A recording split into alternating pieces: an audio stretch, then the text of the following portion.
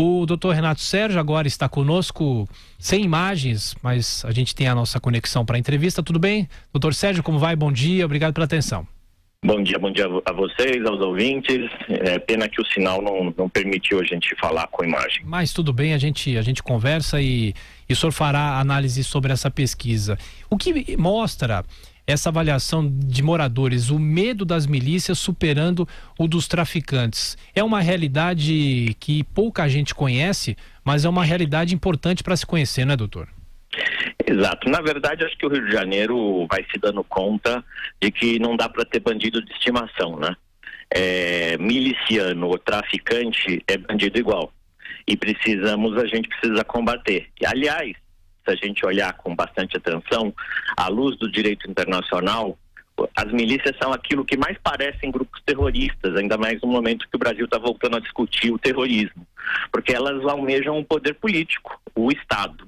E é isso que a gente precisa, de alguma forma, olhar para os dados dessa pesquisa e perceber que, de certa maneira, os resultados mostram que as milícias já estão praticamente dominando a cidade como um todo e que estão substituindo as facções de base prisional do tráfico.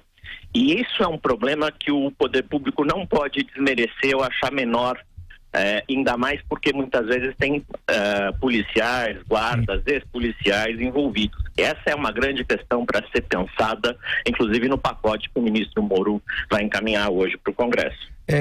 Bom dia, aqui é Marco Antônio Villa. Eu queria perguntar para o senhor, assim, até para explicar para quem nos acompanha, muitas vezes as pessoas não têm um conhecimento assim do Rio de Janeiro, o que é uma milícia e como ela funciona?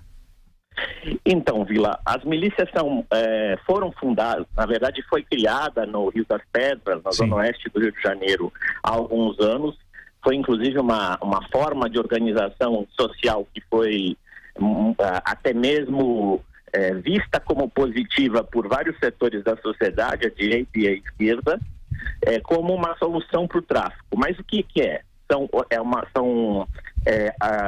organizações quase sempre compostas por ex-policiais ou policiais ou forças de segurança que vendem proteção. Então, olha, para eu poder tirar o traficante daqui, eu preciso que pague mensalidade aqui, faz a vigilância da rua, porque a região está perigosa. Na Zona Sul, são vários os relatos que hoje as milícias estão vendendo segurança nas ruas, para poder diminuir a sensação de insegurança e os assaltos. Enfim, é uma forma de impor o medo, vender serviços de segurança, muitas vezes você não deixando muito claro o que é oficial, já que são policiais, ou o que é o bico e o bico violento. Perfeito. E qual a relação, doutor, das milícias com a política fluminense? Então, várias que a gente tem visto aí pelos relatos das investigações do Ministério Público, do Ministério Público Federal, as milícias estão completamente dentro da política fluminense. Na Assembleia Legislativa, vários são os deputados que são acusados de envolvimento. Na Câmara dos Vereadores, inclusive, existe uma linha de investigação que mostra que o assassinato da vereadora Marielle Franco tem a ver com disputas de terra que eram de áreas controladas por milícias, então que existiam interesses privados escusos na organização da cidade, que Marielle teria atrapalhado os negócios das milícias. Então a gente percebe que esse tipo de organização vai tomando conta da vida da cidade, tanto na política quanto no dia a dia de venda de proteção, de venda de os serviços que antes o tráfico fazia, a net clandestina, a venda de casas nas comunidades, o transporte alternativo com vans, com mototáxi, e assim a gente vai perdendo o monopólio da força por parte do Estado. A gente não sabe mais o que é Estado e o que é quadrilha de milicianos.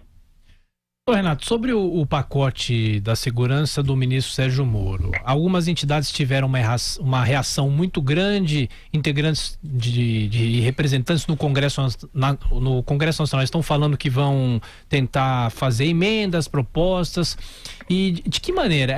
São propostas abrangentes, claro, mas o senhor acha que esse pacote com toda a tramitação difícil e, se for aprovado, pode dar algum tipo de resultado? Eu diria que sim e não. Para o ouvinte entender, ele vem num momento, como o próprio Vila destacou, onde a sociedade pede por eficiência das leis, pede por redução da impunidade. É inaceitável que o sistema de segurança e justiça brasileiro seja tão capenga e que não funcione de forma a punir quem precisa de fato ser punido e muitas vezes gera injustiças em outros casos. Então, o projeto tem várias questões que são positivas. Essas questões esbarram em aspectos constitucionais. É claro que chegou o momento de discutir, por exemplo, a progressão de regime, mas tem um problema constitucional para ser resolvido, que é a individualização da pena. E a Constituição é o nosso marco maior, e é uma cláusula pétrea. Então isso vai dar bastante debate. O outro ponto que vai dar muito debate no pacote, e sem dúvida ainda vai provocar uma reflexão grande por parte do Supremo, é a condenação em segunda instância.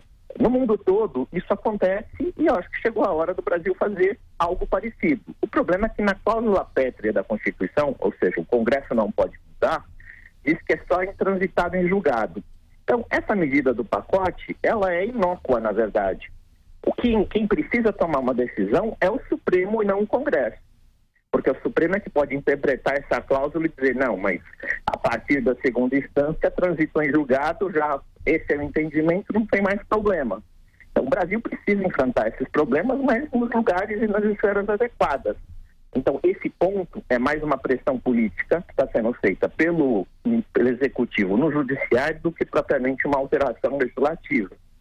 Mas o ponto mais preocupante do pacote é o do medo e da legítima defesa para os policiais. Porque hoje os policiais brasileiros são quase que abandonados na própria sorte. Eles dizem, vamos lá enfrentar a criminalidade, se você se envolver numa situação que tem morte, você precisa pagar o seu advogado para dizer que foi legítima defesa. Esse é a questão.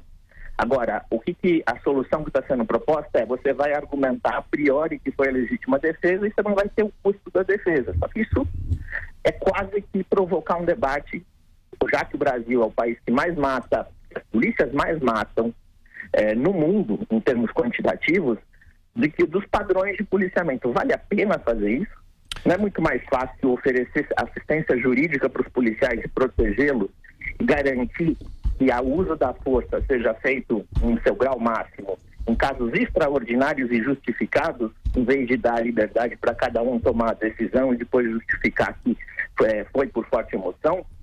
Isso é que talvez precise ser mudado. Doutor Renato Sérgio de Lima, diretor-presidente do Fórum Brasileiro de Segurança Pública, obrigado pela entrevista, bom dia. Eu que agradeço.